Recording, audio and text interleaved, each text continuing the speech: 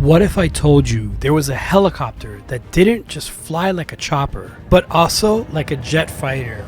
One that could hover like a dragonfly, strike like a viper, and outrun everything else in the sky, including its own future. This machine didn't just exist. It flew, it fired, and it terrified all the right people. Meet the AH-56 Cheyenne. A futuristic hybrid with a 4-blade rigid rotor, fixed wings, and a tail-mounted pusher propeller that could scream through the air at over 245 miles per hour. It was a warbird that was decades ahead of its time, a flying contradiction that broke every rule in the helicopter playbook. But here's where things get crazy. The Air Force didn't just dislike it, they tried to kill it. This wasn't just an aircraft, it was a threat to their domain.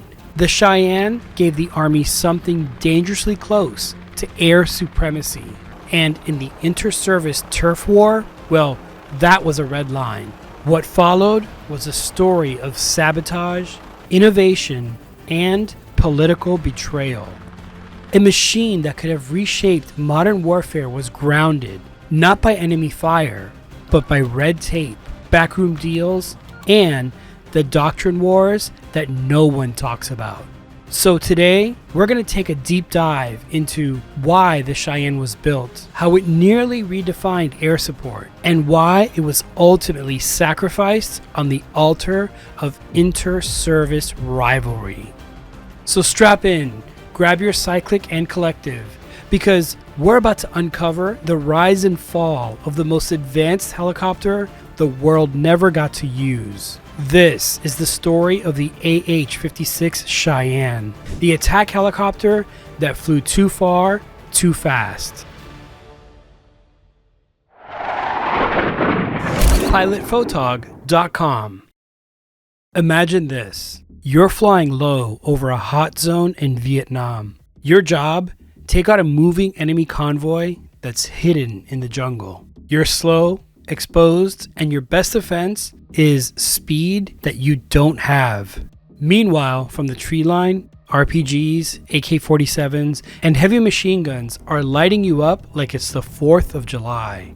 Back in the early days of Vietnam, helicopters like the UH-1 Huey were repurposed into gunships. They strapped on rockets and machine guns and hoped that was enough. And as much as I love the Huey, it wasn't. You see, Hueys were vulnerable, underpowered, under-armored, and never designed for an attack run. Imagine taking an ambulance and trying to turn it into a main battle tank. That's exactly what was happening to the Huey. These flying ambulances were turned into makeshift warriors. And make no mistake, this is in no way to undermine the brave Huey crews who flew these air ambulances into harm's way. But the Army quickly realized this wasn't sustainable. They needed something new. A true aerial predator, purpose-built for speed, protection, and lethal firepower. Not just a ride to the battlefield, but a force on it. And that's when the Army launched the Advanced Aerial Fire Support System, or AAFSS. The goal?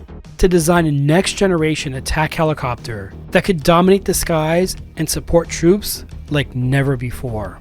It had to be fast enough to outrun threats, agile enough to evade them, and, of course, armed to the teeth. The Army wasn't just looking for another utility bird. They wanted an aerial game changer, a flying tank, a hunter, a new kind of beast. And Lockheed, that same company of the famed Skunk Works, creators of spy planes like the U-2 and SR-71 Blackbird, had just the vision and know-how to match the Army's ambition. What came next would push the limits of technology and the patience of the Pentagon. Before we dive back into the Cheyenne's wild story, quick question. Have you ever misplaced your wallet at the worst possible moment? Yeah, same here. That's why I started using the Finder card from Esker. It's a credit card size Bluetooth tracker that slips right into your wallet. It's so slim, you won't even know it's there. You can pair it with your phone and boom, lost and found becomes a thing of the past.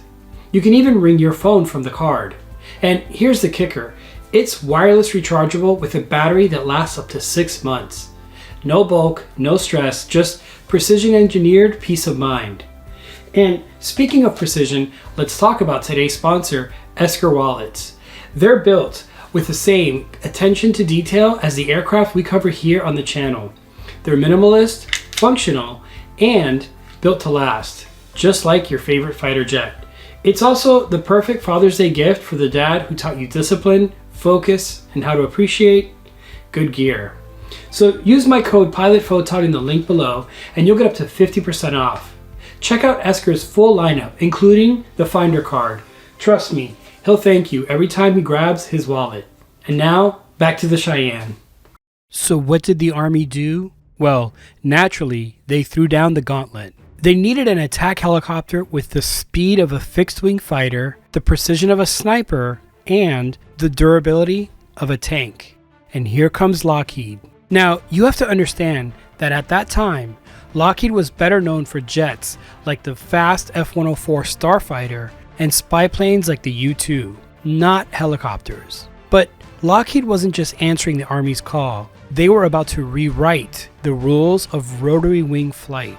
Their answer wasn't just a helicopter, it was a compound aircraft.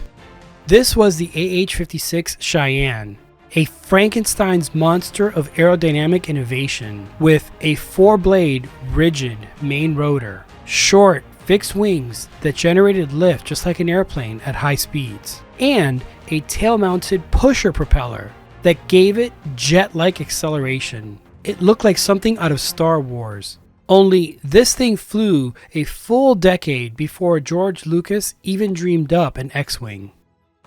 With that pusher prop, the Cheyenne could fly faster than any helicopter in the world, clocking in at over 245 miles per hour. For reference, that's double what a Huey could do.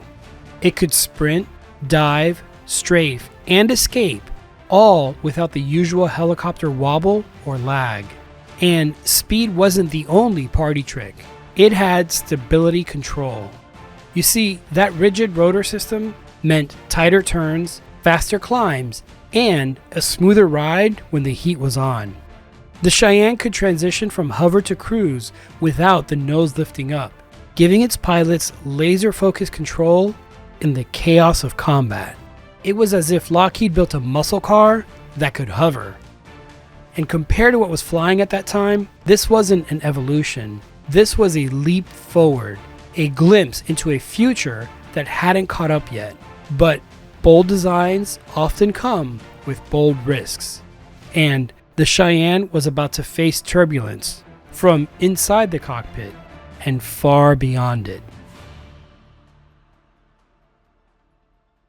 Today, when most people think of a heavily armed helicopter, they picture the AH-64 Apache, chain gun, Hellfires, rocket pods, the works. And we'll get back to the Apache later in this video. But what if I told you the Cheyenne did it all first, and arguably did it better?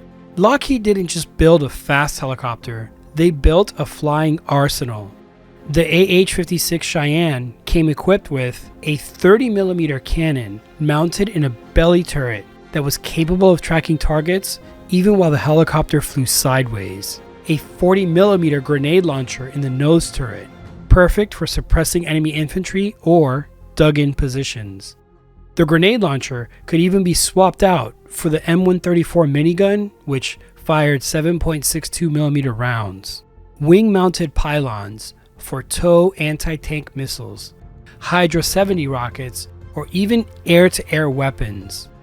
Imagine this thing carrying AIM-9 sidewinders and hiding in the bush. It would be a real concern for enemy fighter pilots. Along with this, the Cheyenne had the space to carry over 6,000 pounds of mixed ordnance. Now, to put that into perspective, that's the same payload as a pair of World War II B-25 Mitchell bombers. But what made it revolutionary wasn't just how much it carried. It was how the Cheyenne used those weapons. You see, the Cheyenne's fire control system allowed for independent turret control, meaning the pilot could fly evasive maneuvers while the gunner stayed locked on to a moving target. Now, a helicopter having an advanced fire control system in the 1960s was just out of this world. In fact, it was the first US helicopter to integrate what we now call look and shoot capability. So what this meant was that anything from treetop ambushes to armored columns, the Cheyenne could hit hard, hit fast, and keep moving. Think of it like this. The Cobra was a flying gun truck. The Cheyenne, well, that was a flying A-10 before there was an A-10. And we'll get back to the Warthog later in this video. Now remember, this was the 1960s. While the rest of the world was strapping machine guns onto leftover troop transports and medevac air ambulances, Lockheed had created a fully integrated attack helicopter platform with the brains and brawn to change how wars were fought. It was lethal, precise, years, maybe even decades ahead of its time. But even the best weapons can't save you if the real fight is happening in the Pentagon. Now let's talk about what really made the Cheyenne a unicorn. Speed.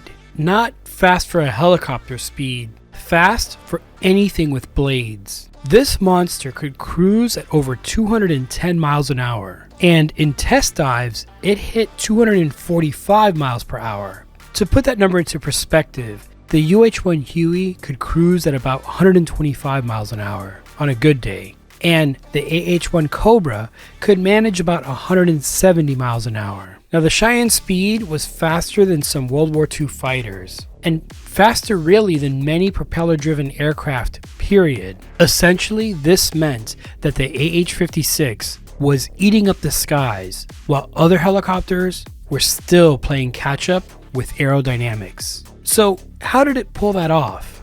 Lockheed's trick was in the compound design. The stub wings offloaded lift at high speed, which reduced drag on the main rotor. And that's one of the key limiting factors of a helicopter's top speed. Meanwhile, the pusher prop in the tail gave it jet-like thrust and reduced that pitching forward moment common in all other helicopters. More on that in a minute, but the Cheyenne also had the rigid rotor system, and that gave pilots crisp, fighter-like control. Now, in most helicopters, as you know, when you hit the throttle, the nose pitches up and you lose visibility. But the Cheyenne, well, you could slam forward without lifting your nose, keeping your weapons and your eyes on the target. What this meant was that it flew like a jet when it needed to, but then it could also hover like a scout when it had to. And the Cheyenne handled like no other helicopter before or since. Now they say nothing is free in life, and that was true with the Cheyenne as well. You see, all that innovation, well, it came at a price. That rigid rotor system, while giving it fighter-like agility, also made the Cheyenne prone to a nasty aerodynamic issue called half-P hop. What does that mean exactly? Well, since the rotor system was rigid or stiff, it would cause high frequency vibrations, especially when going very fast during high-speed flight. Imagine a drag racer that starts to vibrate and shake uncontrollably just as you're getting to top speeds. Not good. And in the case of the Cheyenne, that caused two things. Number one, it was uncomfortable for the pilot. And number two, and more critically, it was dangerous for the airframe. Lockheed worked hard to solve it, but by this time the Army was already getting nervous. This wasn't just a gunship anymore. It was an experimental rocket ship with rotors. And keep in mind, this was during the 1960s where material research was really just getting underway. Imagine today's knowledge of composites and custom alloys. The vibration issue might have been solved or at least made manageable. But at the time, the question was no longer, can it fly this fast? It was, should it? The Cheyenne had shattered the ceiling for what helicopters could do, but the cracks, figuratively and literally, were starting to show. Quick sidebar, The Air Force wasn't just sitting idle while the Army was fighting to keep the Cheyenne alive. Instead, the Air Force had their own plan brewing, Project AX. It was a direct response to the Army's push for its own dedicated close air support aircraft.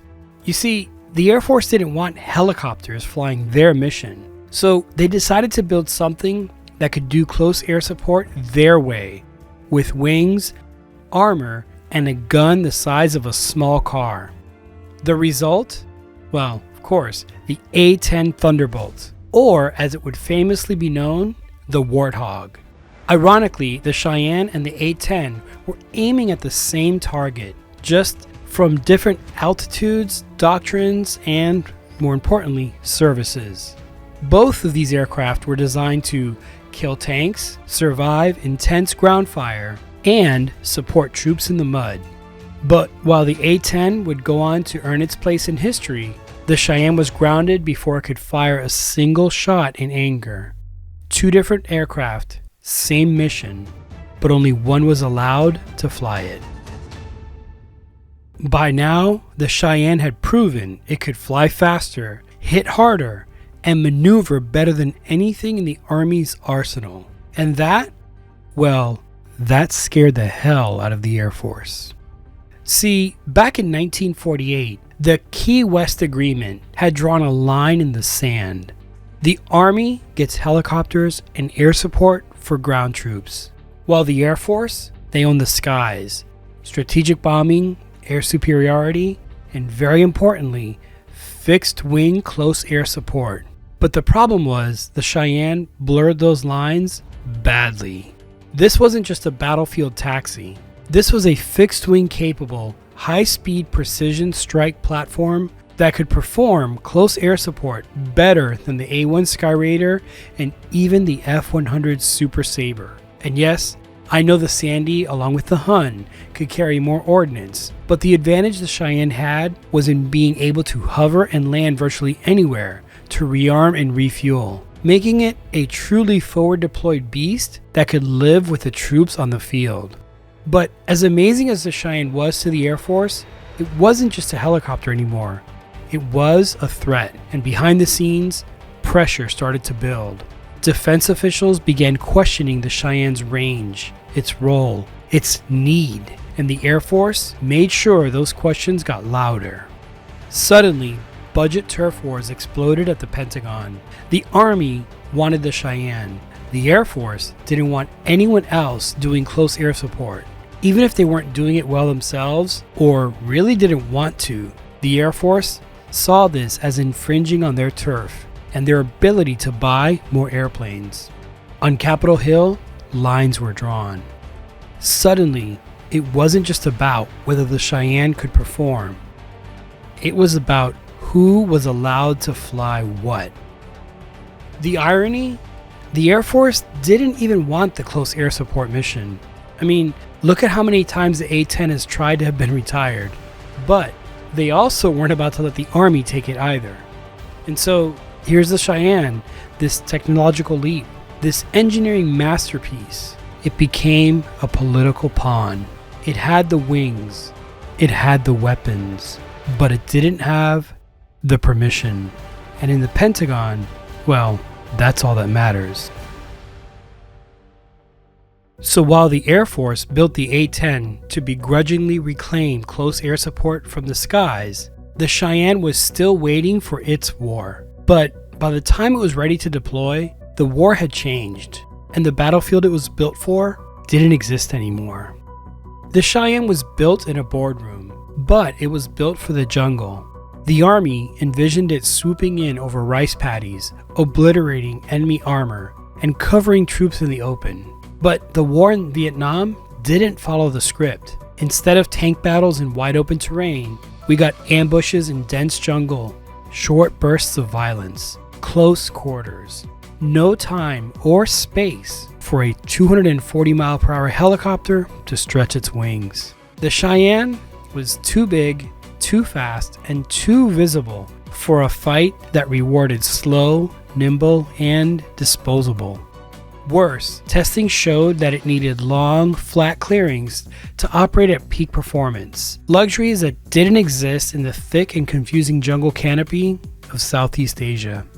So what worked better? Smaller, simpler helicopters like the AH-1 Cobra. It could get low, shoot fast, and disappear before the enemy even knew what hit them.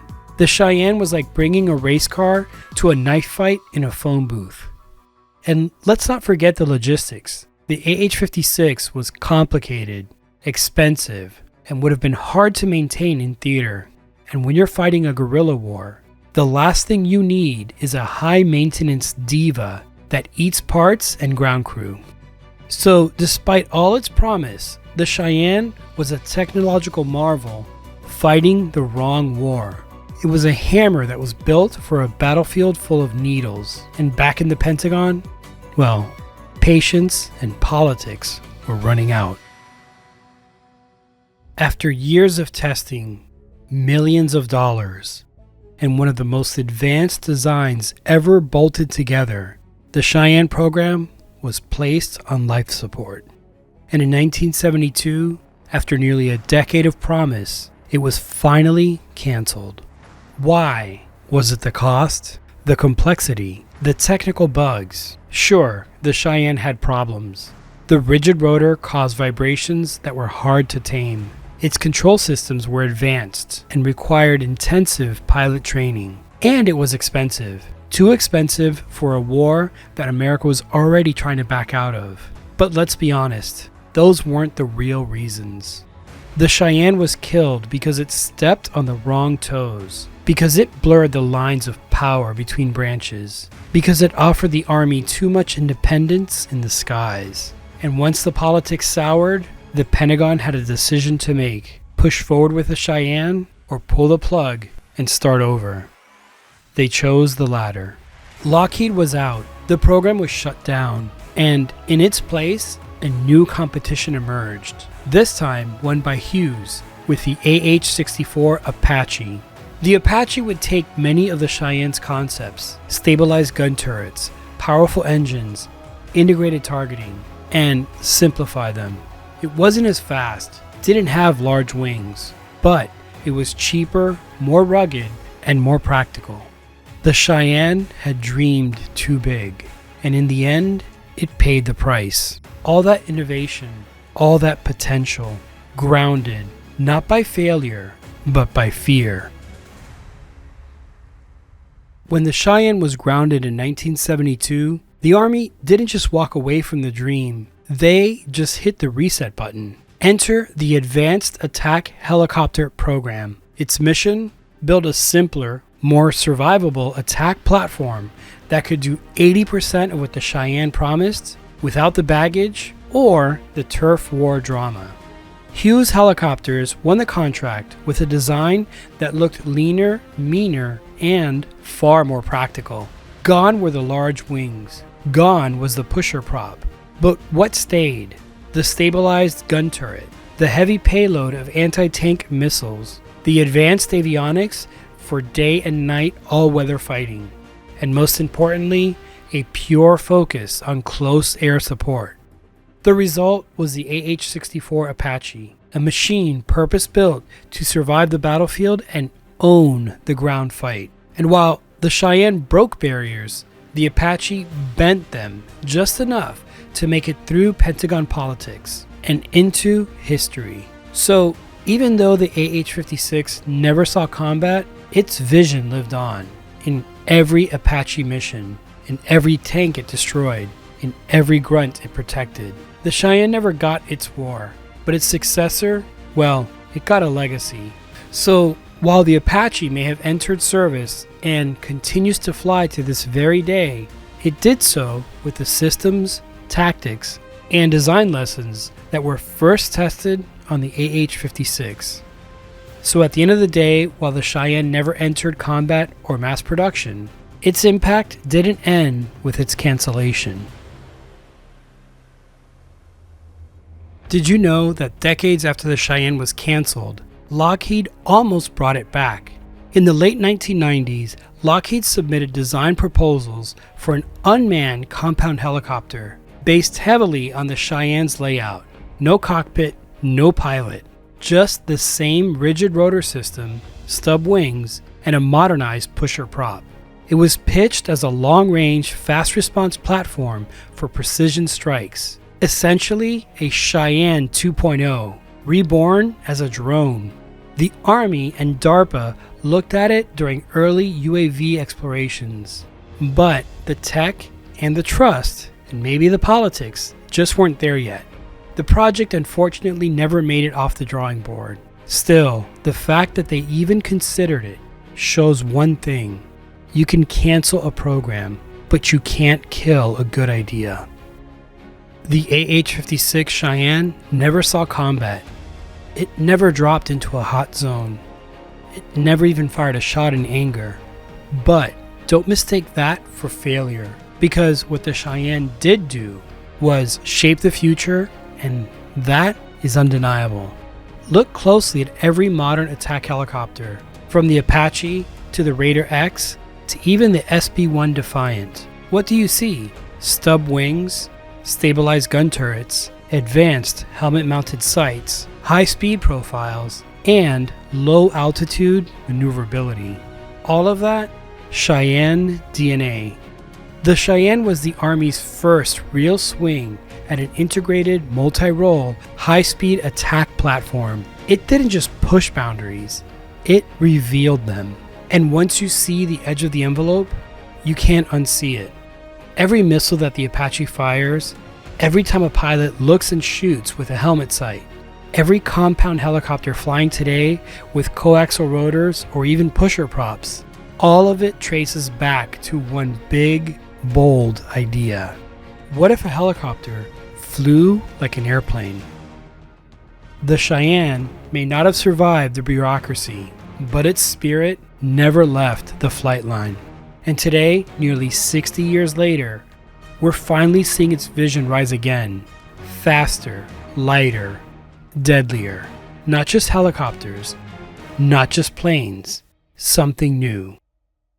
The AH-56 Cheyenne was bold, fast, deadly, too advanced for its time, too dangerous for the power structure around it. It never got the chance to prove itself in combat, never flew cover for a pinned-down platoon, never took out a column of enemy armor. Instead, it became something else, a warning about dreaming too big, a case study in how innovation can be killed not by failure, but by fear. And yet, it left fingerprints on everything that came after: its rotor system, its weapons integration, its speed-focused design. All of it echoes in the machines that now rule the skies. The Apache, the Raider, the Defiant, and yes, even the Warthog. Because in a very real way, without the Cheyenne, you may not have had the Warthog. Even the next-gen X-planes are still chasing what the Cheyenne touched on all the way back in 1967. So we have to ask ourselves, what if the Cheyenne had made it? Would Vietnam have looked different? Would Desert Storm somehow ended even faster, or possibly not have happened at all? Would we have gotten high-speed rotorcraft decades earlier? We'll never know. But here's what we do know. This machine mattered. Not because it fought wars, but because by its very existence, it changed them. In many ways, you could summarize the story of the Cheyenne with a wise captain's quote: "It is possible to commit no mistake and still lose. That is not weakness, that is life." If you enjoyed this deep dive into the AH-56 Cheyenne, make sure you subscribe to the channel and hit that like button. And for even more untold stories from aviation history, check out my free weekly newsletter, Hangar Flying with Tog, where we go beyond the flight line each and every Tuesday. And if you think the Cheyenne was ahead of its time, wait until you see what I'm working on next. This is Tog. Thanks for watching. I'll see you on the next sortie, and now you know.